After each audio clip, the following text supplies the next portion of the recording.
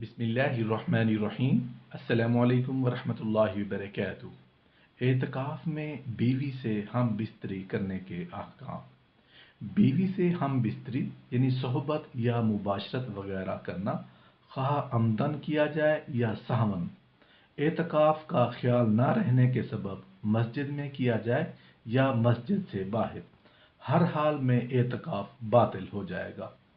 और जो अफ़आल अक्सर व बेशतर बायस हम बिस्तरी होते हैं, मसलन प्यार लेना या मुबाशरत फ़ाहिशा मुआनका वगैरह, वो भी हालत एतकाफ़ में नाजायज़ हैं, मगर उनसे एतकाफ़ बातिल नहीं होता तावक्ते के मनी खारिज ना हो।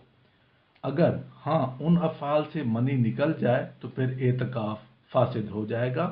अलबत्ता सिर्फ ख्याल और फिक्र से अगर मनी खारिज हो जाए तो एतकाफ़ फासिद नहीं होगा। हालत एतकाफ़ में शहवत अंगेज़ हरकतों का इर्तिकाब हराम है।